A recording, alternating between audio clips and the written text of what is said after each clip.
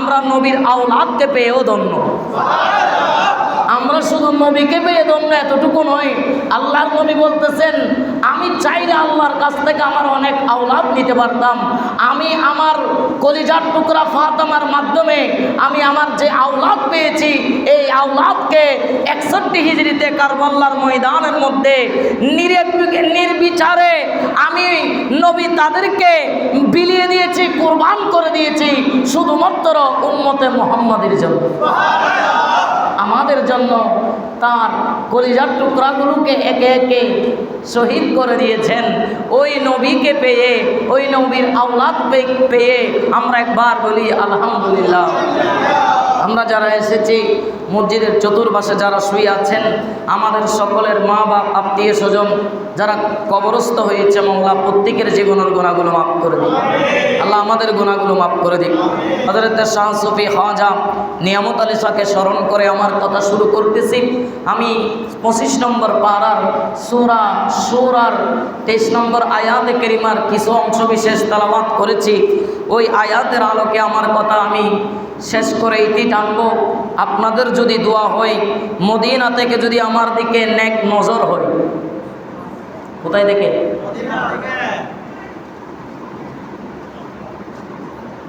মুঝে ভি দেখা দে তো জলওয়ায়ে নবী কা, মুঝে ভি দেখা দে তো জলওয়ায়ে নবী কা, একবার বুলাও শাহে মদিনা। আল্লাহু আকবার বলেন না। কারবালার মাস যখন আসে তখন ইমানদারের ঘুম হারাম হয়ে যায়। কারবালার মাস যখন আসে মা বোনরা একরকম থাকে 11 মাস, আর কারবালার মাস আসলে আমার মা বোনদের দিক পরিবর্তন হয়ে যায়। তারা কারবালার মাসকে কিভাবে তাজিম করবে, কারবালার মাস আসলে তারা কিভাবে আল্লাহকে রাজি করবে, আল্লাহ রসুলকে রাজি করবে। ইমানদারদের ঘুম হারাম হয়ে যায় শুধুমাত্র আল্লাহ এবং রসুলকে, ইমাম হুসাইনকে রাজি করার জন্য। কারবালার মাস যখন আসে টিভির পর্দা বন্ধ হয়ে যায়। কারবালার মাস যখন আসে অন্যজনকে আঘাত করা বন্ধ হয়ে যায়। কারবালার মাস যখন আসে প্রকৃত যারা ইমানদার তারা আনন্দ উৎসব বন্ধ করে দেয়। এই মাস আনন্দ উৎসবের মাস নয়। হ্যাঁ, আনন্দ করব আমার নবী পাকের আওলাদের গুণগানের মাধ্যমে, আমার নবী পাকের কলিজার টুকরার প্রশংসার মাধ্যমে, ইমাম হুসাইনের প্রশংসার মাধ্যমে আনন্দ করব, নবীর দরুদের মাধ্যমে আনন্দ করব, আল্লাহর জিকিরের মাধ্যমে আনন্দ করব। তখন দেখতাম, যখন ছোটবেলায় দেখেছি কারবালার মাস যখন আসতো তখন শাদি হতো না। মুসলমানের ঘরে কোনো বিবাহ শাদি হতো না, কারণ শাদি হলে আনন্দ আসবে, কারণ এই মাস সুখের মাস, ইমানদারের সুখের মাস। আজকে মিম্বরে কথা বলতেছি, যদি ইমাম হুসাইন না যাইতো তাহলে মিম্বরে কথা বলা বন্ধ হয়ে যেত। আজকে আজান হচ্ছে, যদি ইমাম হুসাইন শহীদ না হতো তাহলে আজকে আজানের আওয়াজ, আজানের ধ্বনি শোনা যেত না। আজানের এই শ্রুতি মধুর, এই সুন্দর সুর আর শোনা যেত না। আমার নবীর আওলাদের মাধ্যমে আজানের আওয়াজকে আমার নবীর আওলাদ রক্তের মাধ্যমে বুলন্দ করেছে, উজ্জীবিত করেছে।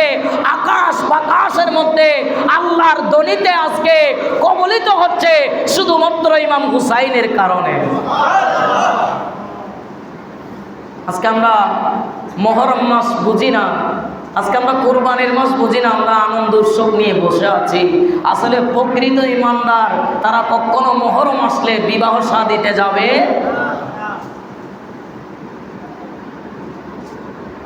মুহররম এমন একটা মাস, ইমানদারের দোয়া কবুলের মাস।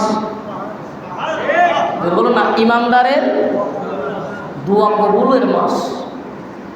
এই মাসের 10 তারিখ হয় নাই এমন কিছু হয় না। এই মাসের 10 তারিখ আশুরার দিন হযরতে বাবা আদমের সৃষ্টি হয়েছিল। বাবা আদমকে দুনিয়া থেকে তুলে নেওয়া হয়েছিল। বাবা আদমকে 350 বছর পরে এই দিনে আমার আল্লাহ ক্ষমা করেছিল। এই দিনে হযরতে নূহ নজিরুল্লাহকে আমার আল্লাহ 9.5 মাস ফলবান দেওয়ার পরে নাজাত দান করেছিল। এই মাসে হযরতে ইউনূস আলাইহিস সালামকে মাছের পেট থেকে পরিত্রাণ দান করেছিল। এই মাসের আশুরার 10 তারিখ হযরতে মূসা কলিমুল্লাহকে ফেরআউন থেকে নাজাত দান করেছিল। এই মাসে হযরতে আইয়ুব আলাইহিস সালামকে মুহররমের 10 তারিখে আমার আল্লাহ এমন রূপ দিয়েছিল। আইয়ুব আলাইহিস সালামের এমন রূপ ছিল যেটা বিজ্ঞানের ভাষায় আমাদেরকে যখন কবরস্থ করা হবে, আমাদের প্রথম নম্বরে আমাদের নাকের বাঁশিটা আস্তে আস্তে বাঁধতে শুরু করবে। এই নাক দিয়ে কিছু ফুকা বাহির হবে। এই ফুকা নাকি 2 দিন থেকে শুরু করে প্রথমে নাকটা খেয়ে ফেলবে, তারপরে কানটা খেয়ে ফেলবে, তারপরে হাতের কবজিটা খেয়ে ফেলবে, তারপরে শরীরের অঙ্গ প্রত্যঙ্গগুলো ধরতে একেবারে 2 মাস সময় 60 দিনের মধ্যে আপনার হাড় থেকে মাংস আলাদা করে ফেলবে। ওই ধরনের ফুকা মাকড় দিয়ে হযরতে আল্লাহর নবী আইয়ুব আলাইহিস সালামকে আমার আল্লাহ পরীক্ষা করেছিল। বলুন না সুবহানাল্লাহ। হযরতে আইয়ুব আলাইহিস সালাম এমন দুর্গন্ধ হয়ে গিয়েছিল, তার পাশে 4টা স্ত্রী ছিল, 80 জন ছেলে ছিল, কেউ যায় নাই, সবাই পরিত্যাগ করেছে। একে একে সবাই পরিত্যাগ করতেছে। করতে 4টা বিবি ছিল, 1 2 3 3টা বিবি তাকে পরিত্যাগ করেছে। একটা কি বিবি তার সাথে ছিল, যখন সে জমিনের উপর ছিল তার নাকি 40 হাত, একেবারে 40 গজ, 40 কিলোমিটার তার পাশে যাওয়া যেত না। এত গন্ধ, এত দুর্গন্ধ। ওই গন্ধটা আমরা যখন কবরে যাব, আমরা যদি বদকার হই, জাহান্নামী হই, আমাদেরও গন্ধটা হবে, আমাদেরও গন্ধটা আসবে। আজকে আমাদের অহংকারে ভরপুর, আমরা এত অহংকারের মধ্যে রয়েছি। অহংকার আমরা চাপতে পারি নাই, আমরা নিজের গৌরব চাপতে পারি নাই। আমার মাওলা বলে, তোর নিজেকে নিজে যতক্ষণ চিনতে পারবি না, নিজের আত্মগৌরবকে যতক্ষণ ছাড়তে পারবি না, যতক্ষণ পর্যন্ত ইয়া লাইতানি কুনতু তুরাবা।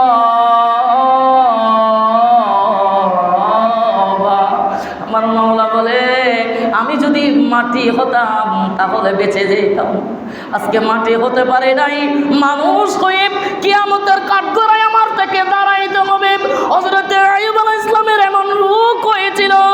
আজকে যুবককে যখন নামাজের কথা বলি, যুবক অনেক কথা বলে, ফ্যানের সমস্যা দেখায়, প্রস্রাবের সমস্যা দেখায়, ঘুমের সমস্যা দেখায়, চাকরির সমস্যা দেখায়, এটার সমস্যা দেখায়, ওটার সমস্যা দেখায়। আমার মাওলা বলে, ওই দিন কিয়ামতের ময়দানে আইয়ুব আলাইহিস সালামকে ওই অবস্থায় একেবারে একটা মাংস নাই, হাড় একটা কঙ্কাল হিসেবে আপনার সামনে দাঁড় করাবে। দাঁড় করিয়ে হযরতে আইয়ুব আলাইহিস সালামকে জিজ্ঞাসা করা হবে, ও আইয়ুব রে, তুমি কি এই অবস্থায় আমাকে সিজদা করা ছেড়ে দিয়েছিল? আইয়ুব আলাইহিস সালাম বলবে, আল্লাহর কসম, আল্লাহ বিল্লাহ আল্লাহ রব্বুল ইজ্জত, আপনার উলুহিয়াত রুবুবিয়্যাতের কসম করে বলতেছি, আমাকে এমন রূপ দিয়েছো, আমার সন্তানরা আমাকে ঘৃণা করা শুরু করে দিয়েছে, আমার নাতিরা আমাকে ঘৃণা করা শুরু করে দিয়েছে, আমার প্রতিবেশীরা আমাকে ঘৃণা করা শুরু করে দিয়েছে। আমার 4টা স্ত্রী ছিল, 3টা স্ত্রী আমাকে ঘৃণা করেছিল।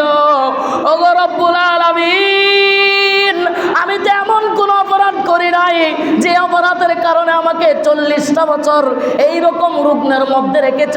নিজের গন্ধ নিজে সহ্য করতে পারতাম না, তারপরেও তুমি মাওলা আমাকে যথেষ্ট সবর দিয়ে তো যুদ্ধ দিয়েছ। আমি ওই সবরের কারণে আমি এই অবস্থায়, আমার নাই একটা চুল, আমার নাই একটা কপাল, হাত থেকে মাংস আলাদা হয়ে গিয়েছে।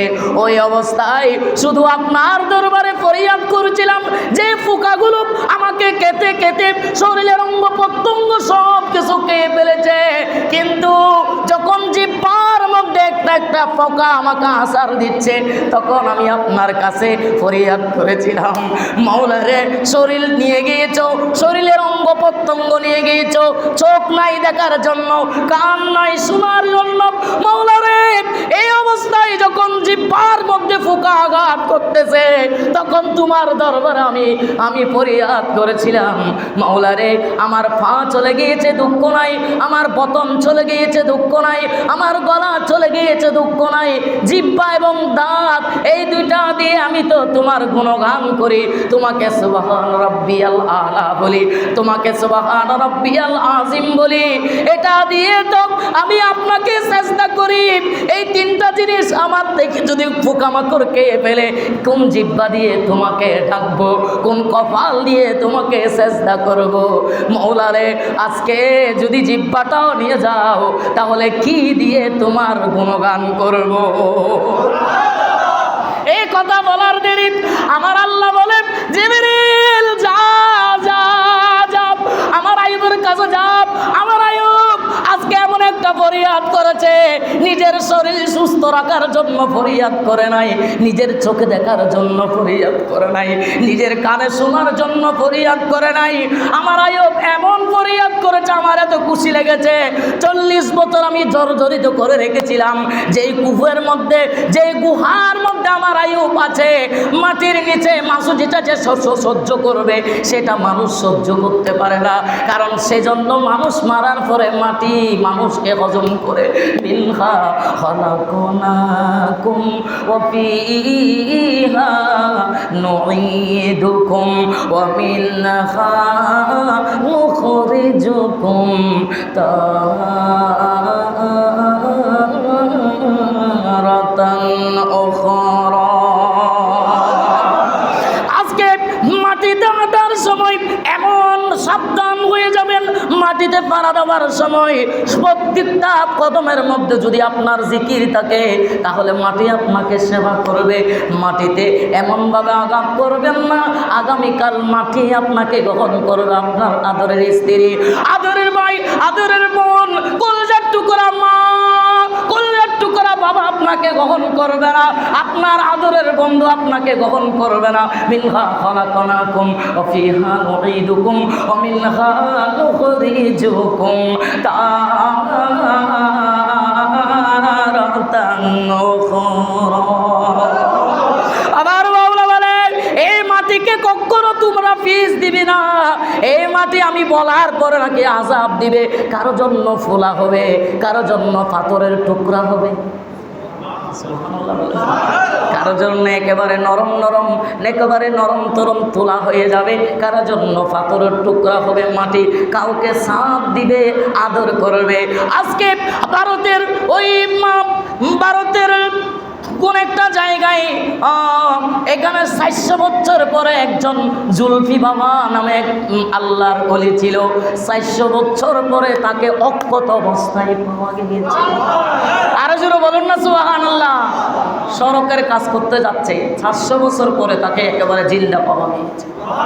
কিছু হয় তো আল্লাহকে চিনেন, আল্লাহকে জানেন, নবীর মহব্বত অন্তরে রাখেন, তাহলে কবরে আপনি শান্তি পেতেন। জোরে বলুন না সুবহান। ওদিকে যাচ্ছি না, আমার বিষয় হলো আজকে যে যুবকরা নামাজ পড়তে অনেক বাহানা করে, কিয়ামতের ময়দানে আইয়ুব আলাইহিস সালামকে ডাকবে, তোমাকে 18 বছর বা 40 বছর আমি তোমাকে রোগ দিয়েছিলাম, যে রোগের কারণে আমি জিবরিলকে পাঠিয়ে দিলাম, ও জিবরিল যাও আমার আইয়ুবকে বলো তার গুহার পাশে একটা আছে কূপ, ওই কূপের মধ্যে একটা ডুব দিতে বলো।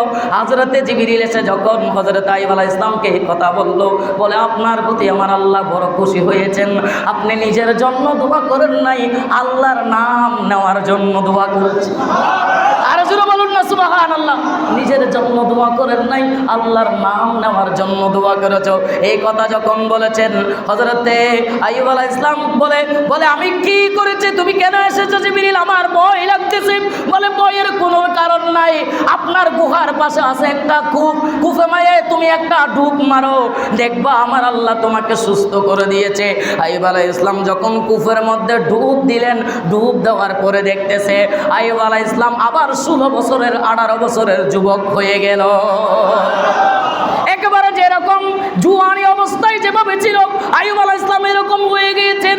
হওয়ার পরে শুকরিয়া আদায় করার জন্য, আল্লাহর শুকরিয়া আদায় করার জন্য নামাজের মধ্যে দাঁড়িয়ে গেল। নামাজের মধ্যে যখন দাঁড়ালো, 1 রাকাত পড়লো, 2 রাকাত পড়লো, 2 রাকাত পরে বসে উঠতে অনেক কষ্ট হচ্ছে। 40 বছর তো হাড় তো হাড়ের জায়গায় নাই, মাংস তো মাংসের জায়গায় নাই, চোখ তো চোখের দৃষ্টি শক্তি নাই, একেবারে লুপ পাচ্ছে। যদিও জাওয়ানি যখন নামাজে দাঁড়িয়েছে, হযরত আইয়ুব আলাইহিস সালাম নামাজে দাঁড়ানোর পরে 2 রাকাত কষ্ট করে পড়েছে, 3 রাকাতে উঠেছে কোন রকম সূরা পড়ে। যখন সেজদায় গেল রে, সেজদায় গিয়ে আইয়ুব আর উঠতে পারে না, কারণ 18 বছর একটা রূপ যেটা হাড় থেকে মাংস আলাদা করে সকল মাংসগুলোকে ফেলেছে, আল্লাহ আবার ওই মাংসগুলোকে দিয়েছে। 3 রাকাতের সেজদায়, দ্বিতীয় সেজদায় যখন গেল, আইয়ুব উঠার জন্য চেষ্টা করে আবার পড়ে যায়, উঠার জন্য চেষ্টা করে আবার পড়ে যায়, উঠার জন্য চেষ্টা করে আবার পড়ে যায়। আমার আল্লাহ বলেন, আইয়ুব রে, এখন আর জিবরিলের মাধ্যমে তোকে ডাক দিব না। ও আমার কলিজার টুকরা আইয়ুব, তুমি ওই অবস্থায় আমার শুকরিয়া আদায় করে আত্তাহিয়াত পড়ে, দোয়া মাসওয়া পড়ে, আল্লাহুম্মা ইন্নী যালামতু নাফসি যুলমান কাসীরা ওয়া লা ইয়াগফিরুয যুনুবা ইল্লা আনতা ফাগফিরলি মাগফিরাতাম মিন ইনদিকা ওয়ারহামনি ইন্নাকা আনতাল গফুরুর রহিম। ও আইয়ুব রে, অবস্থায় তুমি সালাম দিরো, তোমার নামাজ আমি কবুল করেছি। বলে, ইয়া রব্বুল আলামিন, কিভাবে কবুল করেছো? আমি তো 4 রাকাতের নিয়ত করেছি, আমি 3 রাকাত পরে কিভাবে সালাম ফিরবো? আমার আল্লাহ বলে, আমি বলতেছি তুমি ফিরো। যখন সালাম ফিরলো, আইয়ুবকে সুসংবাদ দিয়ে দিল, ও আইয়ুব রে, আর 3500 বছর পরে গিয়ে আমি উম্মতে মুহাম্মাদির জন্য এটা মাগরিবের ফরজ বানিয়ে দিব। আরো জোরে। আমরা কয় রাকাত পড়ি? এটা আইয়ুব আলাইহিস সালামের সুন্নাহ, হযরত আইয়ুব আলাইহিস সালামের সুন্নাহ। এত বাহানা করার দরকার যুবক, এখনো সময় আছে। আমি ওইদিকে যাচ্ছি না, আমি যাচ্ছিলাম কারবাল্লার মাস আলে মুসলমানের ঘুম হারাম হয়ে যায়। কি হয়ে যায়? হযরতে আল্লাহ রসুলের চাচাতো ভাই ইমাম হুসাইন মক্কায় একটা পরামর্শ সবাই বসলেন, তাই মদিনা থেকে বিদায় নিয়ে মক্কায় বসলেন। ইমাম মুসলিম তখন পরিবারবর্গকে আগে বললেন, ইমাম হুসাইন বললেন, আমি আজকে তোমাদেরকে, আমার কাছে 150 বা 1200 চিঠি এসেছে। কয়টা? কুফা থেকে চিঠি এসেছে 150 থেকে 1200 চিঠির উত্তর নেওয়ার জন্য কে আসো তোমরা? যেটা বলুন না, এই ডাক দেওয়ার দেরি আল্লাহ রসুলের দহিত্র কলিজার টুকরা ইমাম মুসলিম দাঁড়িয়ে গেলেন, ও আমার ভাইজান, আমি আপনার চিঠি পত্রের উত্তর নিয়ে আমি কুফায় যাব। বলুন না। উনি যখন এই কথা বলেছেন, বলে, ভাই আর কে আসো? আরো 2-3 জন দাঁড়ালো। যায়েদ বিন আকরাম দাঁড়ালো। আল্লাহর রসুলের কলিজার টুকরা তাকে বসিয়ে দিলেন। ইমাম মুসলিম যখন দাঁড়ানো, ইমাম মুসলিমের যে কলিজার টুকরা সন্তান ইব্রাহিম এবং মুহাম্মদ, ইব্রাহিম এবং 7-8 বছরের ছেলে, তারা দাঁড়িয়ে গেল। সবাই আশ্চর্য হয়ে গেল, বলে, কেন তোমরা কেন দাঁড়িয়েছ? বলে, খলিফাতুল মুসলিমিন, আমিরুল মুমিনিন, যদিও তারা এজিদকে আমিরুল মুমিনিন মানে, আমি মুহাম্মদ ইব্রাহিমের কাছে ইমাম হুসাইন হলো আমাদের জন্য আমিরুল মুমিনিন। আর জোরে বলুন না সুবহানাল্লাহ। আপনি আমাদের আমির, আপনি আমাদের ইমাম। ছোট্ট বাচ্চার কথা শুনে ইমাম হুসাইন মুস্কি হেসে দিলেন, পক্ষান্তরে 2 চোখের পানি ছেড়ে দিলেন। ও আমার কলিজার টুকরা সন্তান, তোমরা কেন দাঁড়ালা? তোমাদের উপর তো যুদ্ধ ফরজ হয় না। যুদ্ধ তোমাদের উপর, কথা বলেন না, যুদ্ধ তোমাদের উপর।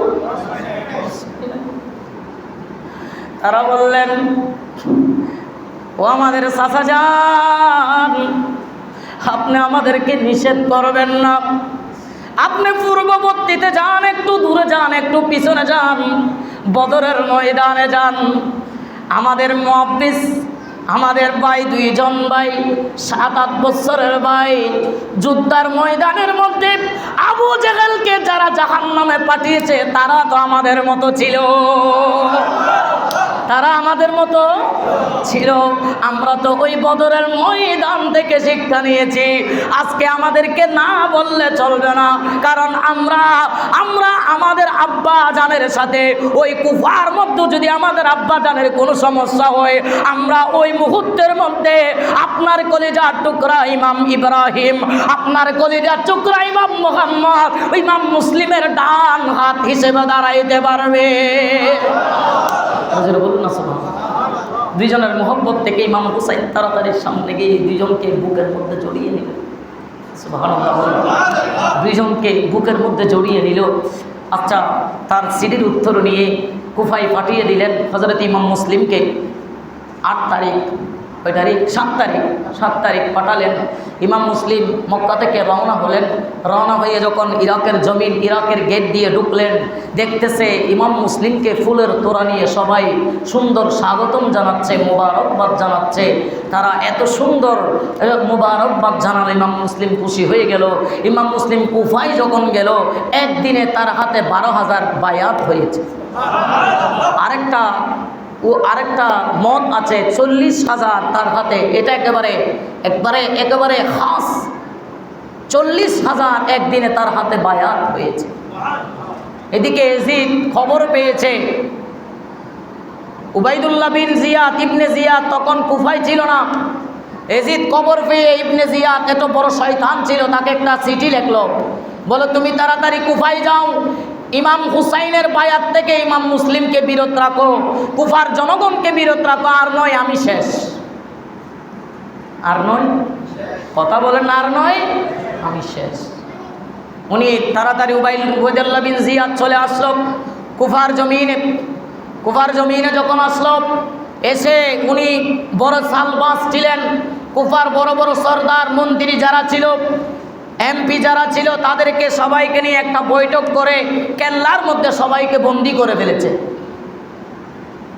ওদেরকে বললেন, তোমরা যদি তোমাদের আত্মীয় স্বজনকে ইমাম মুসলিমের বায়াত থেকে যদি বিরত থাকতে না দাও, তোমাদেরকে এখানে কতল করে এখান থেকে তোদেরকে আমরা কেল্লার বাহিরে ফেলে দিব। তোমরা তাড়াতাড়ি কেল্লার উপর উঠে সবাইকে ডাক দিয়ে বলো, ঢোল বাজনার ব্যবস্থা করো, সবাইকে ডাক দাও, কুফার জনগণকে বলে দাও ইমাম মুসলিমের, ইমাম হুসাইনের বায়াত থেকে তারা যেন বিরত হয়ে যায়, তারা যেন ইমাম মুসলিমকে সঙ্গ না দেয়। তার এই কাজ, এই শয়তানি কাজে লাগলো। তারা কেল্লার ছাদের মধ্যে উঠে যখন কুফার জনগণকে এই কথা বলল, দেখা যাচ্ছে সকালে ছিল 40,000, সন্ধ্যা হতে হতে মাত্র 5 জন ইমাম মুসলিমের বায়াত আছে, আর সবাই ইমাম মুসলিমকে ছেড়ে দিয়েছে। সন্ধ্যার পরে ইমাম মুসলিম ওই 5 জনকে নিয়ে যখন নামাজ আদায় করতেছে, ইমাম মুসলিম আসসালামু আলাইকুম ওয়া রাহমাতুল্লাহ ডান দিকে যখন সালাম ফিরালো, ডান দিকে 3 জন ছিল, ওই 3 জন নাই। বাম দিকে যখন সালাম ফিরালো, বাম দিকে 2 জন ছিল, ওই 2 জন নাই। ইমাম মুসলিম আল্লাহর দরবারে ফরিয়াদ করতেছে, আল্লাহুম্মা আহকুম বাইনানা ওয়া বাইনাল হক। আল্লাহু আকবার বলেন না। ও আল্লাহ, এটা মনে হয় তোমার হুকুম ছিল। এতক্ষণ পর্যন্ত আমি খুবই আনন্দের মধ্যে ছিলাম। 40,000 না থাকুক, আমার পিছনে 5 জন ছিল, এই 5 জনও নামাজ পড়েছে মানুষকে আমাকে দেখানোর জন্য, এরা আপনার জন্য নামাজ পড়ে নাই। মনে হয় আমি ইমাম মুসলিমের জীবন একেবারে শেষ প্রান্তে চলে এসেছে। বলুন না সুবহানাল্লাহ। ইমাম মুসলিম হযরতে তুয়া নামক একজন ব্যক্তি ছিল, বিদ্যা ব্যক্তি। ওনার ঘরে উনি যখন বললেন, এমন কে আছো কুফার জমিনের মধ্যে, আজকে আমি বড় অসহায়, ছেলে 2টা 2 হাতের মধ্যে আছে, আমি বড় অসহায়, কে আছো আমাকে একটু আশ্রয় দিবা। রাতের 12টা অন্ধকার হয়ে গেল, একটা মসজিদের মধ্যে কিছুক্ষণ আরাম করলেন। ওদিকে ইবনে জিয়াদ পাগল হয়ে গেল, ইমাম মুসলিমকে উনি গ্রেফতার করার জন্য, ধরার জন্য পাগল হয়ে গেল, জীবিত বা মৃত ইমাম মুসলিমকে পাওয়ার জন্য পাগল হয়ে গেল। চতুর্দিকে তার সেনাবাহিনী পাঠিয়ে দিল, জালেমদেরকে পাঠিয়ে দিল। আর এদিকে আস্তে আস্তে ইমাম মুসলিম, রাত যখন গভীর হলো, মই কুফার অলিতে গলিতে, পথ চিনে না, পথ হারা ইমাম মুসলিম কোনো পথ চিনে না। কুফার অলিতে গলিতে যখন উনি দুই ছেলেকে নিয়ে হাঁটতেছেন আর বলতেছে, এমন কে আছো আজকে ইমাম আলী মকামের এই কলিজার টুকরাদেরকে একটু আশ্রয় দিবি, আমরা বড় অসহায়। হযরতে তুয়া রহমতুল্লাহ আলাইহি, উনি বৃদ্ধ, 80 বছরের বৃদ্ধ, রাতের অন্ধকারে তাহাজ্জুদের নামাজের মধ্যে ছিল। ইমাম মুসলিমের হাজারি যখন শুনতে পেল, দরজা খুলে ডাক দিলেন, ও ইমাম আলী মকাম, যদি কুফার জমিনের মধ্যে কেউ না থাকে, আমি তো আপনাকে আশ্রয় দিব। এই আশ্রয়ের জন্য যদি আমার জীবন কুরবান দিতে হয়, আমি ইমাম আলী মকামের কদমের মধ্যে নিজের জানকে কুরবান করে দিব। বলুন না সুবহানাল্লাহ। কে বলেছে? কেউ নাই, আমি আছি। সুবহানাল্লাহ। ইমাম তুয়া, ইমাম মুসলিম ওই ঘরে যখন আশ্রয় গ্রহণ করলো, কি নির্মম পরিহাস!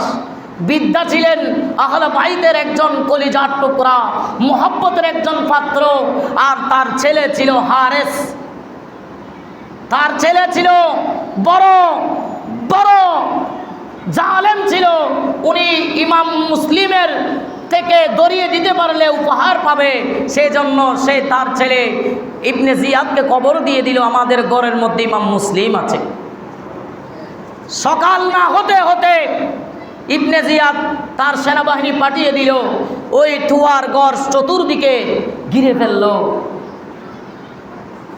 তারা যখন ইটপাক্কেল নিক্ষেপ করতেছে, হযরত ইমাম মুসলিম, আমার নবী পাকের কলেজার টুকরা, আমার নবী পাকের দহিত্র, খোলা তলোয়ার নিয়ে উনি মাঠের মধ্যে বাহির হয়ে গেল।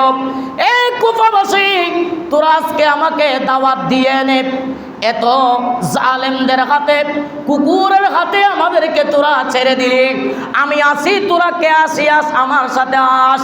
আজকে আমি তাদের সাথে এমনভাবে লড়াই করব, বদরের ময়দানের রক্ত আমার শরীরের মধ্যে আছে, উহুদের ময়দানের রক্ত আমার শরীরের মধ্যে আছে, আহজাবের ময়দানের রক্ত আমার শরীরের মধ্যে আছে, হুনাইনের রক্ত আমার শরীরের মধ্যে আছে।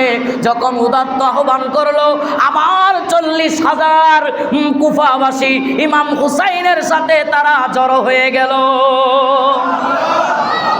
বলুন না সুবহানাল্লাহ। উনি যখন ইবনে জিয়াদের কেল্লা যখন দখল করে ফেলল, ওনারা সবাই আশ্চর্য হয়ে গেল। এখন ইবনে জিয়াদ একেবারে পরাজয় বহন করবে, এমন সময় ইবনে জিয়াদ একেবারে পরাজয় বহন করবে এমন সময় এমন চাল বাস করলো, আবার সরদারকে লেলিয়ে দিল, যাও তোমাদের আত্মীয় স্বজনকে বুঝাও, আর নয় তোমাদের পরিবারকে এতিম করা হবে, তোমাদের সম্পদ বাজেয়াপ্ত করা হবে, তোমাদের সম্পদ তোমাদের থেকে কেড়ে নেওয়া হবে, সরকার তোমাদের উপর কেঁপে গিয়েছে। এই কথা বলার দেরি, আবার ইমাম মুসলিমকে আস্তে আস্তে আস্তে আস্তে সবাই ছেড়ে চলে গেল। ইমাম মুসলিম ওই বিদ্যার গড়ের সামনে ওই জালেমদের সাথে যেভাবে ফালের মধ্যে বাঘের বিচরণ, এভাবে বাঘের মতো উনি লাফিয়ে পড়লেন জালেমদের কাছে। যেদিকে যায় জাহান্নামে পাঠাচ্ছে, যেদিকে যায় তাদেরকে জাহান্নামে পাঠাচ্ছে। ইমাম মুসলিম একাই 20,000 কতল করেছে। রাসূল বলুন না সুবহানাল্লাহ। কোন কোন রওয়ায়াতের মধ্যে 47,000, এক হাতে 47,000কে জাহান্নামে পাঠিয়েছে একাই। সুবহানাল্লাহ বলেন না। আবার কোন কোন রওয়ায়াতের মধ্যে 2,000 আছে, কারণ এটা সরজমিনে দেখার জন্য অনেক অনেকে ছেলে না, কারণ সবার দরজা বন্ধ ছিল। কতগুলো যে কতল করেছে, অনেকগুলো সরিয়ে ফেলেছে ইবনে জিয়াদ, নিজের শরম লজ্জা লাগে বিদায় এই লাশগুলো সরিয়ে ফেলেছে। ইমাম মুসলিম যেদিকে যায় লাশের তুপ পড়ে যায়, যেদিকে যায় লাশের তুপ পড়ে যায়, পাহাড় পড়ে যায়। এরকম করতে করতে ইমাম মুসলিম যখন একটু ক্লান্ত হলো, ইমাম মুসলিম ওই বিদ্যার বারান্দার মধ্যে বসেছেন, আর তারা চিন্তা করতেছে এভাবে ইমাম মুসলিমের সাথে পারা যাবে না। তারা চতুর্পাশ থেকে আক্রমণ শুরু করলো, কেউ তীর মারতেছে, কে পাথর নিক্ষেপ করতেছে। এরকম করতে করতে ইমাম মুসলিমের মাথায় সমস্ত শরীরের মধ্যে জর্জরিত তলোয়ারের আঘাত। একা মারতে গেলে তো একটা খেতে হয়, 10টা মারলে একটা খেতে, এরকম খেতে খেতে 177টি আঘাত তার গায়ের মধ্যে লেগেছে, দুর্বল হয়ে পড়ে আছে।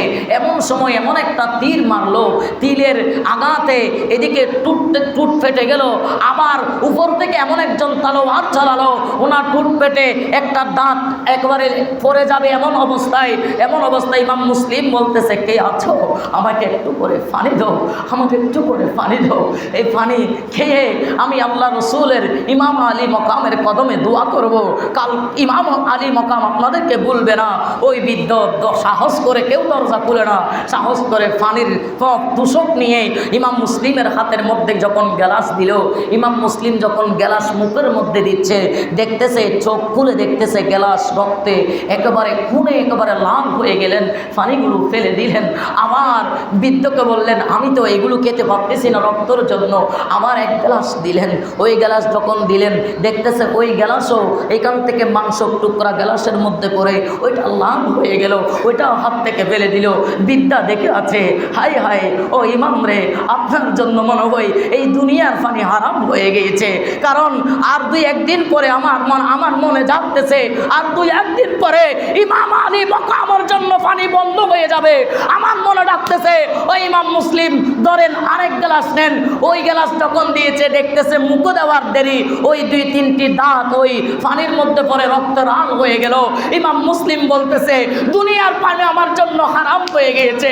না জানি আমার ভাই কত কষ্ট পাই এই কুফার জমিনের মধ্যে, মুনাফিকের জমিনের মধ্যে, জালেমের জমিনের মধ্যে আমার ভাই কত কষ্ট পায়। উনি হাত থেকে গ্লাসটা ফেলে দিয়ে আবার তলোয়ার নিয়ে কুলা ময়দানের মধ্যে নেমে গেল।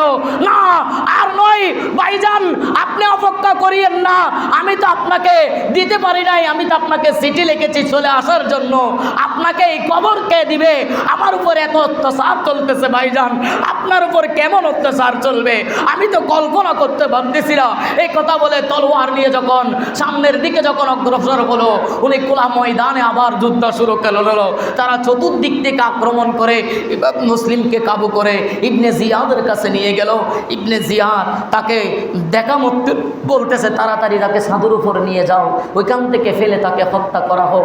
জাল্লাদকে নির্দেশ দিল। জাল্লাদ যিনি ছিলেন উনি ইবনে মাকাতেল ছিল আহলে বাইতের মহব্বতে ভরপুর। আর জোরে বলুন না সুবহানাল্লাহ। ইমাম মুসলিমকে হাত পিছে বাঁধার কথা ছিল, মাকাতেল বলে ইমাম মুসলিমকে হাত পিছনে বাঁধতে হবে না, এরা তো আমার নবীর কলিজার টুকরা, এরা কখনো বেঈমানি করবে না। মাকাতেল যখন ইমাম মুসলিমকে ওই জিয়ালখানার মধ্যে হাজতের মধ্যে যখন এক রাত রাখা হয়েছে, মাকাতেল ইচ্ছা মতো ইমাম মুসলিমের সেবা করেছে। আরে জোরে বলুন না সুবহানাল্লাহ। ইমাম মুসলিমকে সাথে নিয়ে গেলেন। কুফাবাসীর অবস্থা দেখতেছে ইমাম মুসলিম, আর ইমাম মুসলিম মদিনার দিকে তাকিয়ে তাকিয়ে ইমাম মুসলিম উনি বলতেছেন, ইয়া আসসালাতু আসসালামু আলাইকা ইয়া ইবনে রাসূলুল্লাহ, আসসালাতু আসসালামু আলাইকা ইয়া ইবনে রাসূলুল্লাহ। ইমাম মুসলিম বাতাসকে বলতেছে, ও বাতাস রে, তুমি যদি ইমাম আলী মকামের দিকে যাও, আমার সালামটা ইমাম আলী মকামকে দিয়ে দিও। আরে জোরে বলুন না সুবহানাল্লাহ। হযরতে ইমাম মুসলিমকে যখন তোলা হলো, তোলার পরে সাদুর উপর উনি দেখতেছেন কুফাবাসী সবাই জামায়াত হয়েছে। ইমাম মুসলিম বলে, আমাকে 2টা কথা বলার সুযোগ করে দাও। মাকাতেল বলে, আমি আছে, আপনার যা ইচ্ছা তাই বলেন। আপনার যা ইচ্ছা তাই বলেন। উনি বলেন বেশি কথা বলবো না, বেশি সময় নিব না, কারণ আমার জন্য তো হাউসে কাউসারের পানি নিয়ে আমার নানাজান দাঁড়িয়ে আছে। আরো জোরে বলুন না সুবহানাল্লাহ। ওইতে দেখা যাচ্ছে আমার নানাজান দাঁড়িয়ে আছে। আমি তো দুনিয়ার পানিকে হারাম করেছি আমার নানাজানের উম্মতের জন্য। আমার নানাজানের উম্মতের জন্য আমি দুনিয়ার পানিকে হারাম করেছি। উনি আমার নানাজান হাউসে কাউসারের পানি নিয়ে দাঁড়িয়ে আছে। এই কথা বলতে না বলতে হযরতে ইমাম মুসলিম বলতেছে, আমি তোমাদেরকে 3টা ওসিয়ত করে যাচ্ছি। ও কুফাবাসী, তোমরা আমার সাথে নির্মম ব্যবহার করেছো, অত্যাচার করেছো, তোমাদের থেকে এটা আশা করি নাই। আমাকে ফুলোত্তরা দিয়ে গ্রহণ করে আগুনের তুলা আমার শরীরের উপর তোমরা তুলে দিয়েছো। এটা নিয়ে তোমাদের আমার কোনো অভিযোগ নাই। আমার একটা অভিযোগ, আমার অভিযোগ হলো আমার সাথে আমার 2টা কলিজার টুকরা সন্তান ছিল। আমার এই এতিম সন্তানদেরকে তোমরা একটু দেখিও, এটা আমার 7ম নম্বর অভিমত। আমার 1ম নম্বর সত্য, আমার 2টা এতিম সন্তান তোদের কাছে রেখে যাচ্ছে। 2য় নম্বর সত্য হলো, আমাকে যখন কতল করা হবে, শহীদ করা হবে, আমার এই জুব্বা, রক্তমাখা জুব্বা, ইরাকি গেটের মধ্যে যদি কোনো মদিনা কাফেলা যায়, কোথায় কাফেলা? মদিনার কাফেলা যায়, তাহলে ইরাকি গেট দিয়ে আমার জুব্বা মুবারকটা দিয়ে দিও, যাতে করে আমার ভাই হুসাইন যখন আসবে, আমার এই রক্তমাখা এই জুব্বাটা যখন দেখবে, কুফার অবস্থা আমার ভাই বুঝতে পারবে। বলে আমার তোমাদের কাছে আরেকটা ওসিয়ত হলো, আমাকে যখন শহীদ করা হবে, আমার এই শরীরের উপর ইবনে জিয়াদ বড় অত্যাচার করবে। এই রক্তমাখা এই শরীরটাকে তোমরা দাফন ব্যতীত, তোমরা কাফন ব্যতীত আমার এই শরীরকে তোমরা দাফন করে দিবে। আর যেন বলুন না সুবহানাল্লাহ।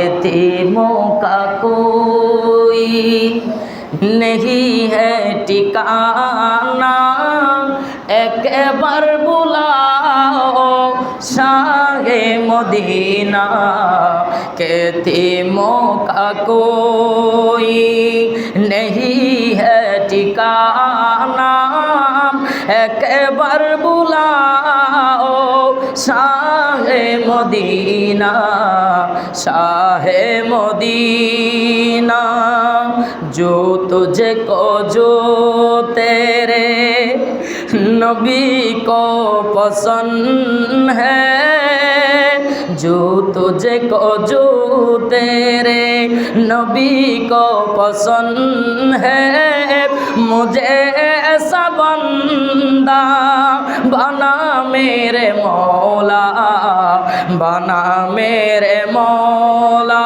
আল্লাহু আকবার বলেন না। যদি আপনাদের অন্তরে ইমাম আলী মকামের মহব্বতটাকে, ইমাম হুসাইনের মহব্বতটাকে, আমার নবীর আওলাদে পাকের মহব্বতটাকে, মুহররম আসলে আপনাদের ঘুম হারাম হয়ে যাবে। কিভাবে? ইমাম হুসাইনকে মহব্বত করা যায়। ইমাম হুসাইনকে মহব্বত করার নাম 1 নম্বর হলো 5 ওয়াক্ত নামাজ পড়া। ঠিক কিনা? আওয়াজ দিয়ে বলেন ঠিক কিনা? যে হকের জন্য ইমাম হুসাইন বলেন ইয়াজিদের একমাত্র শত্রু হলাম আমি, কারণ ইয়াজিদ যদি আমাকে সরাইতে পারে, তার রাজত্ব কায়েম করতে পারবে। আমি তো হকের পক্ষে ছিলাম। যে ইয়াজিদ শরীয়ত করেছে, ভাই বোনের বিয়ে জায়েজ করে দিয়েছে, শরাব জায়েজ করে দিয়েছে, মদ জায়েজ করে দিয়েছে, মার সাথে জেনা করা জায়েজ করে দিয়েছে। আরো জোরে বলেন না নাউজুবিল্লাহ। আর আরেকজনে বলে সুন্দর করে বলে ইয়াজিদের কোনো হাত ছিল না। ইমাম হুসাইনকে শহীদের ব্যাপারে ইয়াজিদের কোনো হাত, বড় বড় মোল্লা, বড় বড় ফিসাব নাম ধরতেছি না, ঠিক কিনা? ইয়াজিদ উনি হুকুমদাতা, উনি কি দাতা? আরে ইয়াজিদ আমার ইমাম হুসাইনের স্যার মুবারককে একটা লাঠি দিয়ে, লাঠি তার হাতে একটা লাঠি ছিল, ওটা দিয়ে গুথা দিয়ে দিয়ে দেখতেছে, এরকম এরকম। আল্লাহর কেমন লীলাকালা। ওইখান থেকে ইমাম হুসাইনের একটা খুন মুবারক, রক্ত মুবারক তার লানের মধ্যে কাপড়ের ওপর পড়েছে। শেষ পর্যন্ত ওইখানে ফুসন ধরে, ওইখান থেকে জিদের জাহান্নামের যেটা যাওয়ার জন্য, এটা একেবারে একমাত্র ইমাম হুসাইনের রক্ত দ্বারা সে জাহান্নাম চলে গিয়েছে। আর জোরে বলুন না সুবহানাল্লাহ। 1 ফোঁটা রক্ত ওইটা পড়েছে, তার থেকে তার শান্তি নাই। তখন থেকে ওইটা আমাদের হাত মাঝে মাঝে ওইরকম কামড়ায় না, যেটা সিপ দিল ওইটা সহজে বন্ধ হয় না। এটার হাতের কারণে আপনার কোনো কিছু ভালো লাগে না। ওইটা একেবারে এমন একটা অবস্থা হয়েছে, এটার কারণে সে 1 মাস 2 মাস সবাইকে পরিত্যাগ করে এক জঙ্গলে চলে গিয়েছে, শেষ পর্যন্ত জঙ্গলের বাঘের খাবার হয়ে গিয়েছে। নাউজুবিল্লাহ বলেন না, জঙ্গলের বাঘের খাবার হয়ে গিয়েছে। তার কোনো হদিস নাই। ইমাম হুসাইনের এখনো আছে, কিয়ামতের ময়দানও থাকবে। আর জোরে বলুন না সুবহানাল্লাহ। ইমাম মুসলিম উনি যখন এই কথা বললেন, ইবনে জিয়াদ এতক্ষণ জানতো না ইমাম মুসলিমের 2 ছেলে আছে। ইমাম মুসলিমের ছেলের ব্যাপারে উনি ঘোষণা করে দিলেন, যারা ইমাম মুসলিমের ছেলের দইকে ধরে দিতে পারবে তাদেরকে লাল উট দেওয়া হবে। কি কথা বলেন না, কি উট? লাল উট দেওয়া হবে মোহাম্মদ ইব্রাহিমকে। উনি যখন খোলা ময়দানে চলে যাচ্ছেন কাজী শরীহের কাছে, 2 জন ছেলেকে তার হাতে দিয়ে দিলেন। বলেন, আপনার যদি অন্তরে আমার প্রতি ইমাম আলী মকামের প্রতি মহব্বত থাকে, আমার এই 2 সন্তানকে মদিনাগামী কোন একটা কাফেলার সাথে দিয়ে দিলেন, আমার এই সন্তান আমার বাড়িতে চলে যাবে। এই কথা বলে কাজী শরীর মুকাসের যখন দিয়ে দিলেন, কাজী শরীর তার ছেলে আসাদকে ডাকলেন। একেবারে সংক্ষেপ করতেছি, বলে এই 2টা সন্তানকে আজকে 10টায় বা 11টায় বা 2টায় ইরাকি গেট দিয়ে একটা মদিনাগামী কাফেলা যাবে, ওই কাফেলার সাথেই 2 জন ছেলেকে তুমি দিয়ে দিও। ওনারা যাইতে যাইতে দেখতেছে কাফেলা অনেক দূরে চলে গিয়েছে, সন্ধ্যার পর হয়ে গেল, কিন্তু কাফেলা দূরে মশাল দেখা যাচ্ছে, আগুনের তুফা দেখা যাচ্ছে, মশাল দেখা যাচ্ছে। আসাদ বলতেছে, ও আমার ভাইয়েরা রে, তোমরা ওই যে দেখা যাচ্ছে মশাল, এটা তোমাদের কাফেলা, মদিনা কাফেলা, ওটাতে যাও, দূর দাও। তারা 2 জন একেবারে ছোট্ট নুরানি ফুল, ইমাম 14 তারিখের পূর্ণিমার চাঁদের মতো সুন্দর, এত সুন্দর ফুল। এরা যখন যাচ্ছে, আমার রব্বুল আলামিন তাদের চতুর্পাশে নূর করে দিল। তারা 2 জন দৌড়াচ্ছে, মশাল ধরবে, দেখতেছে দৌড়াইতে দৌড়াইতে 2 জন ক্লান্ত হয়ে গেল, মশাল ধরতে পারলো না, মশাল অনেক দূরে চলে গিয়েছে, রাত গভীর হয়েছে। তারা এদিকে যায় ওদিকে যায়, ওদিকে যায়, যাইতে যাইতে যাইতে সকাল হয়ে গেল। দেখতেছে রাতের বেলায় যেই জায়গায় ছিল, যেই জায়গায় আসাদ ছেড়ে দিল, কাদেশ্বরী ছেড়ে দিল, ওই জায়গায় তারা অবস্থান করতেছে। ওই জায়গায় অবস্থান করে সকালবেলায়, সকালের আজান যখন করছে, 2 ভাই নামাজে দাঁড়িয়ে গেল। নামাজ পড়ে এক ভাই আরেক ভাইকে বলতেছে, মন আমাদের এরকম করতেছে কেন, মন আমাদের এরকম করতেছে কেন? বড় ভাই ছোট ভাইকে সান্ত্বনা দিবে, উল্টা মোহাম্মদ ইব্রাহিমকে সান্ত্বনা দিচ্ছেন, মনকে শক্ত রাখো, কারণ আমরা তো মুআব্বিজের মতো এখানে জান ফিরে নেওয়ার জন্য আসি নাই, আমরা কুফার মধ্যে নিজের জান দিয়ে উম্মতে মুহাম্মাদিকে জিন্দা করার জন্য এসেছি। এই কথা বলার দেরি, মোহাম্মদ যখন এই কথা বলেছে, ইব্রাহিম বলতেছে, বাইরে তোমার দৃঢ় এত তোমার সান্ত্বনা দেখে আমার অন্তর জুড়াই গেল। দেখতেছে দূরে একটা পাহাড় থেকে ঝর্ণা পড়তেছে, বাইরে বড় ক্লান্ত হয়ে গেলাম, ওই ঝর্ণার পারে যাই। 2 জন ঝর্ণার পারে গেল, গোসল করলেন, ঝর্ণা থেকে পানি খেলেন, পানি খেয়ে দেখতেছে ঘটনাক্রমে একজন বাদী চলে এসেছে, বাদী পানির জন্য গিয়েছেন। বাদী 2 জন নুরানি ফুলকে দেখে প্রথমে মনে করেছে নাকি এটা ফেরেশতা, ইনহাজা ইল্লা মালাকুন কারীম, নিশ্চয় আল্লাহর পক্ষ থেকে পাহাড়ের ঝর্ণার মধ্যে 2টা ফেরেশতা এসেছে। বাদী উকি দিয়ে দেখে আছে এই 2 জন ফেরেশতা কেমন করতেছে, ফেরেশতার তো পা দেখা যায়, মাথা দেখা যায় না। দেখতেছে 2 জন সুন্দর গোসল করতেছে, পানি পান করতেছে। বাদী দূরে গেল, এগুলো তো ফেরেশতা নয়, এগুলো তো ইমাম মুসলিমের বেটা। বাদী তাড়াতাড়ি গিয়ে জড়িয়ে ধরলেন, তোমরা তো ইমাম মুসলিমের বেটা। বলে, আপনি আমাদেরকে কিভাবে চিনলেন মা জান? বলতেছে, তোমাদেরকে চিনবো না কেন? তোমাদের বাসা এত সুন্দর, তোমাদের দেখা এত সুন্দর, তোমাদের শোনা এত সুন্দর। আমি একজন বাদী, আমি একজন দাস, তোমরা আমাকে ডেকেছ মা। জুড়ে জুড়ে 7 বছর 8 বছরের সন্তান আওলাদের রাসূলের নূরানি ফুলের এত ভাষা সুন্দর, ওনার ভাষা দেখে বাদী পাগল হয়ে গেলেন। তোমরা আমাকে প্রথম শব্দ ডাক দিয়েছ মা করে। কি ডাক দিয়েছে? মা।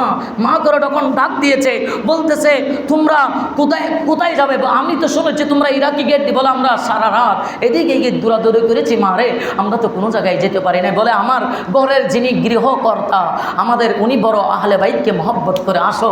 ঘরে নিয়ে গেলেন, আদর যত্ন করে। ওই গৃহকর্তা অনেক আদর করলেন ওনাদেরকে সুন্দর করে একটা কামরায়, যে কামরায় স্বামী যায় না, যে কামরায় স্বামী যায় না। স্বামী কিন্তু দজ্জাল, স্বামী শয়তান, উনি এজিদের দালাল। উনি স্বামী না জানার মতো তাদেরকে আদর যত্ন করে যখন ঘুমের মধ্যে রেখেছেন, স্বামী এসেছেন একেবারে সংক্ষেপ, স্বামী এসে স্বামীকে তাড়াতাড়ি বাদ দিয়ে দিলেন। উনি আহার খেয়ে সারাদিন ক্লান্ত ঘুমিয়ে পড়লেন। রাতের অন্ধকার যখন হলো, মুহাম্মদ স্বপ্ন দেখতেছে আর ইব্রাহিম স্বপ্ন দেখতেছে। বড় ভাই উঠে গেলেন, বড় ভাই স্বপ্ন থেকে উঠে ছোটো ভাইকে জাগালেন, মোহাম্মদ উঠো, মোহাম্মদ উঠো। ইব্রাহিম উঠে যখন বললেন, ও মোহাম্মদ, আমি তো এমন একটা স্বপ্ন দেখলাম, এটা তো আমি যখন কল্পনা করেছিলাম আমার চিন্তা তো ধারণা তো এক হয়ে গেল। বলে বাবা ভাই, বড় ভাই তুমি কি দেখেছো? বলে আমি দেখলাম আমাদের আব্বাজান আমার নানাজানের সাথে বেহেশতে দৌড়াদৌড়ি করতেছে। আর নানাজান জিজ্ঞাসা করলেন, ও মুসলিম রে, তুমি একা কেন এসেছো? তোমার ছেলেরা কোথায়? তখন আব্বাজান উত্তর দিয়েছে, আমি এসে গিয়েছি, সকাল হওয়ার আগে আমার ছেলের দই আপনার কাছে চলে আসবে। বড় ভাইকে ছোট ভাই বলতেছে, মোহাম্মদ বলতেছে, ভাই রে, ভাইজান না, আমি তো একই স্বপ্ন দেখলাম। দুইজন যখন কান্না আরম্ভ করে দিল, ও এক ভাই আরেক ভাইকে বলতেছে, ভাই রে, এতিম হয়ে গেলাম। এরকম করতে না করতে ওই হারেস পাপিষ্ট এজিদের দালাল উঠে গেল। উনি স্ত্রীকে জিজ্ঞাসা করতেছে, কোথায় কান্না করতেছে? বলে বাহিরে নয়, আমার ঘরে কোনো জায়গায়, আমার হাস কামরার মধ্যে মনে হয় কান্না করতেছে। দরজা খুলে দেখতেছে অন্ধকারের মধ্যে নূরানি ফুলগুলোর নূরের মতো লাইট জ্বলতেছে। আরো যদি বলুন না সুবহানাল্লাহ। তারা বললেন, তাদেরকে জিজ্ঞাসা করা হচ্ছে ওদিক থেকে গৃহকর্তা ওই হারেসের স্ত্রী বলতেছে, তোমরা চুপ থাকো, কথা বলিও না। কিন্তু মুহাম্মদ বলতেছে, যখন জিজ্ঞাসা করতেছে তোমাদের পরিচয় কি? বলে আমাদের পরিচয় হলো ইমামে আলী মকাম। আমাদের পরিচয় হলো ইমাম আলী মকাম। আমরা কাউকে ভয় পাই নাই। আমাদের রক্তে আল্লাহ রসুলের কলিজার টুকরা আমরা ইমাম হুসাইনের রক্ত আমাদের কাছে আছে। আমরা কখনো মিথ্যার আশ্রয় নিব না। এই কথা বলার দেরি, দুইজনকে নিয়ে গেল ফুরাত নদীর তীরে। নিয়ে যাওয়ার সময় হারেসকে বলতেছে, ও হারেস রে, আমরা তো ছোটো বাচ্চা, আমরা তো কোনো দোষ করি নাই, আমরা কোনো অপরাধ করি নাই, তুমি চাইলে আমাদেরকে ছেড়ে দিতে পারো। আমি ওয়াদা দিচ্ছি, মোহাম্মদ বলে, এটা দেখতেছে তার অন্তর কি। ওয়াদা দিচ্ছি, মোহাম্মদ বলে, আমি ওয়াদা দিচ্ছি, আমি আগামীকাল কিয়ামতের ময়দানে তোমাকে জান্নাতে নেওয়া ছাড়া আমি যাব না। আরো জোরে বলুন না সুবহানাল্লাহ। তোমাকে জান্নাতে নেওয়া ছাড়া আমি যাব না। ইব্রাহিমও বলল, পাপিষ্ট কোনো কথা শুনলো না। বলে, তোদেরকে যদি ছেড়ে দিই তাহলে আমি লাল উট পাবো না। তখন লাল উটের অনেক দাম ছিল, আমি স্বর্ণ মুদ্রা পাবো না। ওই পাপিষ্ট দুইজনকে দিয়ে গিয়ে শহীদ করে দিল। যাওয়ার সময় এক ভাই আরেক ভাইকে বলে, ভাই, মোহাম্মদ ইব্রাহিমকে বলে, আমাদেরকে কি আব্বার মতো কি ছাদ থেকে ফেলে দিবে? না, আমাদেরকে দুইজনকে জবাই করেছিল। ইব্রাহিম বলে, তার হাতে যে দা আছে, তার হাতে যে তলোয়ার আছে, ওইটা দিয়ে আমাদেরকে দুই ভাইকে জবাই করে দিবে। আমাদের শরীরের কোনো মূল্য নাই, সে ছেড়ে নিয়ে যাবে যে ইবনে জিয়াদের কাছে। ফুরাত নদীর তীরে গিয়ে ওই দুইটা জিসিম মুবারক ফেলে দুই মাথা নিয়ে চলে গেল। জিয়াদের কাছে জিয়াদ জিজ্ঞাসা করলে, এগুলো কি? বলে, ইমাম মুসলিমের বেটা। জিয়াদ প্রথমে খুশি হয়েছিল, দ্বিতীয়ত বলতেছে, আমি তো তোর কাছে জীবিত চেয়েছিলাম, কারণ এজিদ আমার কাছে চিঠি লিখেছে, ফরমান লিখেছে এই দুই ছেলেকে জীবিত দেওয়ার জন্য। আমি এখন এজিদকে কি উত্তর দিব? উনি মাকাতালকে ডাক দিল, তুমি তো বড় নির্মম কাজ করেছো, দুইজন মাসুম শিশুকে তুমি কতল করেছো, তুমি বড় অপরাধী। হারেসকে বলল, মাকাতালকে ডাকে, এই হারেসকে এভাবে জনগণের সম্মুখ নিয়ে দিবা, এক একটা তলোয়ারের আঘাত করে করে নিয়ে যাবা, আর বলবা সার দুষ কি, এটা বলে বলে নিয়ে যাবে, মাকাতল খুশি হয়ে তাকে নিয়ে যাচ্ছে। এবার পাপিষ্ট এই ইমাম মুসলিমের ছেলের দইকে কতল করেছে, একে সবাই জুতা মারতেছে, সবাই জুতা মারে মেরে ফুরাত নদীর তীরে গিয়ে তার যখন তার ছেদ থেকে শরীর আলাদা করে ফেললো, তাকে মাটিতে দিল, মাটি তাকে গসতেছে, পানিতে দিল, পানি তাকে গসতেছে না, তার শেষ পর্যন্ত ওই হারেসকে পানির আগুন দিয়ে পুড়ে ফেললো। আর ইমাম আলী মকামের দুই ছেলের মস্তক মোবারক মাকাতালকে দিয়েছে। মাকাতাল নিজের জুব্বা খুলে ইমাম আলী মকামের এই দুই ছেলের নুরানি দুইটা শের মোবারককে রেখে সুন্দর করে পরিষ্কার করে উনি কতক্ষণ জিয়ারত করলেন। বলেন আমি ইমাম আলী মকামের একজন মহব্বতকারী, তোমরা আমার পক্ষে আল্লাহর দরবারে সুপারিশ করিও, এই কথা বলে ফানির মধ্যে ছেড়ে দিলেন। দুই জিসিম মুবারক এটা ফানির তলায় ছিল, এগুলো যখন ছেড়েছে অটোমেটিকলি আল্লাহর গাইবীভাবে, কারণ শহীদরা মৃত্যুবরণ করে না, উঠে একটার সাথে আরেকটা লেগে গেল, জিসিম মুবারকের সাথে শের মুবারক লেগে গিয়ে তারা কথা বলতেছে, ও মাকাতালকে, ও মাকাতাল, তুমি আমাদেরকে ইজ্জত করেছো, সম্মান করেছো, কাল কিয়ামতের ময়দানে আমাদের সামনে রেখে আমি তোমাকে নিয়ে যাব। আর জোরে বলুন না সুবহানাল্লাহ। এই ইমাম আলী মকামের মহব্বত আমাদের অন্তরে রাখার দরকার আছে। আওয়াজ দিয়ে বলেন আসেনি? মহরম মিলাদ নবীর মাস আসিলে ইমানদার আর মুনাফিকের পরিচয় মিলে, ঠিক কিনা? আজ ইমানদারের কলিজাতে আঘাত লেগেছে, আজি ইমানদারের কলিজাতে আঘাত লেগেছে, কারবালাতে ইমাম হুসাইন শহীদ হয়েছে, কারবালাতে আজ ইমানদারের কলিজাতে আঘাত লেগেছে, আজ ইমানদারের আজ ইমানদারের কলিজাতে আঘাত লেগেছে, কারবালাতে ইমাম হুসাইন শহীদ হয়েছে, কারবালাতে ইমাম হুসাইন শহীদ হয়েছে, আজ ইমানদারের কলিজাতে আঘাত লেগেছে, আজ ইমানদারের কলিজাতে ইমাম মুসলিমের ছেলেরা এতিম অসহায়, টাকার লোভে মুনাফিকরা শহীদ করে দেয়, ঠিক কিনা? ইমাম মুসলিমের ছেলেরা এতিম অসহায়, টাকার লোভে মুনাফিকরা শহীদ করে দেয়, সেই টাকায় আজও মুনাফিক বিক্রি হইতেছে, ঠিক কিনা? সেই টাকাতে আজও মুনাফিক বিক্রি হইতাছে, আজ ইমানদারের কলিজাতে আঘাত, আর জোরে, আজ ইমানদারের কলিজাতে, কারবালাতে ইমাম হুসাইন শহীদ হয়েছে, কারবালাতে ইমাম মুসলিম শহীদ হয়েছে, কারবালাতে মুহাম্মদ ইব্রাহিম শহীদ হয়েছে, আজ ইমানদারের কলিজাতে কিছু তো করতে পারতেছি না, এই গুণগান গেয়ে আমরা ইমাম হুসাইনের তলোয়ারের নিচে থাকতে চাই কিনা? আওয়াজ দিয়ে বলেন চাই কিনা? আরো জোরে বলেন চাই কিনা? ইমাম হুসাইন একটা মুহূর্তের জন্য উম্মতে মুহাম্মাদীকে ভুলে নাই, সেজন্য আজকে আয়াত তেলাওয়াত করেছি, কুল্লা আসআলুকুম আলাইহি আজরা। আমার রাসূল বলতেছে 63 বছর জিন্দেগি আমি উম্মতে মুহাম্মাদের জন্য কাটিয়েছি, আমার ইমাম হুসাইন 54 বছর পর্যন্ত উম্মতে মুহাম্মাদের জন্য কাটিয়েছি। আমি উহুদের বদর দিলাম, উহুদ দিলাম, খন্দক দিলাম, সিফফিন দিলাম, আহজাব দিলাম, হুনাইন দিলাম, 66টি যুদ্ধ জীবনের মধ্যে আমি নবী উপস্থিত ছিলাম শুধু আমার উম্মতকে বাঁচার বাঁচানোর জন্য বিনিময় কিছু চাই নাই। আজকে তোমাদের থেকে আমার আল্লাহ নিজেই বলতেছে, আমার নবী তোমাদের থেকে কিছু চাই নাই, কিছু চাই নাই, কিছু চাই নাই।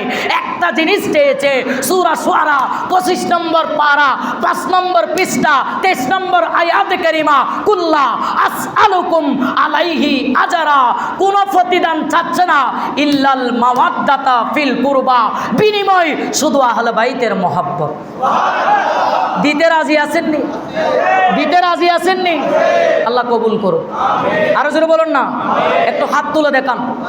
কাল কিয়ামতের ময়দানে যে হাত তুলবে না, কাল কিয়ামতের ময়দানে আল্লাহ আপনাদেরকে ছাড় দিবে না। আপনারা ইমাম হুসাইনের মহব্বত নিয়ে বলেন, আজি ইমানদারের কলি লেগেছে, আজি ইমানদারের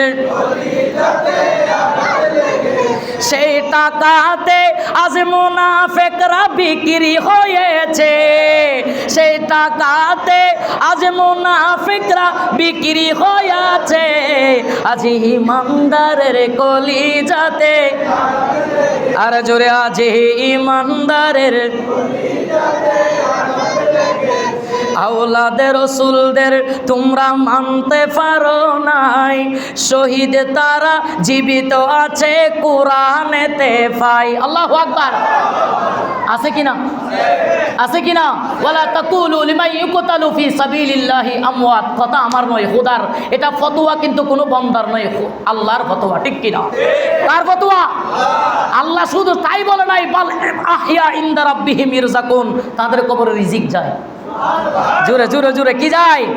শহীদ তারা জীবিত আছে কোরআনেতে পায়, আল্লাহ তাআলা তাদেরকে রিজিক দিতাছে, আল্লাহ তাআলা তাদেরকে রিজিক দিতাছে, তারা সবাই নূর নবীজির আওলাদের রাসূল, তারা সবাই নূর নবীদের কদমে আছে, তারা সবাই আমার নবীর কলিজায় আছে। আল্লাহু আকবার বলেন না। তারা সবাই আমার নবীর কলিজায় আছে, আজ ইমানদারের কলিজাতে, আর মহব্বতে আছে ইমানদারের মহরম মিলাদ নবীর মাস আসিলে, আল্লাহু আকবার বলেন না। মহরম মিলাদ নবীর মাস আসিলে, ইমানদার আর মুনাফিকের পরিচয় মিলে। আল্লাহু আকবার। আর জোরে আল্লাহু আকবার। আল্লাহ ইমাম হুসাইনের তলোয়ারের নিচে থাকতে চাই। রাজি আছেন কিনা? আর জোরে বলেন, আছে কিনা? আল্লাহ পাক আমাদের এই হিকমতকে কবুল করুক, আমাদের এই আলোচনাকে কবুল করুক, আমাদের যাদের মা বাপ নাই তাদের জীবনের গুনাহগুলো মাফ করে দিন। আমাদের মুতাওয়াল্লি সাহেবের একজন শালি ইন্তাকাল করেছে, আল্লাহ ওনার জীবনের গুনাহগুলো মাফ করে দিন। আল্লাহ ওনার কবরকে জান্নাতের বাগান বানিয়ে দিক। আমি আপনাদেরকে বলতেছি না, আপনারা মসজিদের দিকে সুদৃষ্টি দিচ্ছেন না, আপনারা একটু মসজিদের দিকে সুদৃষ্টি দেন, যেটা দিলে আমাদের মসজিদের টাইলস এবং এসি এই দুইটা লাগানো যায়। এমন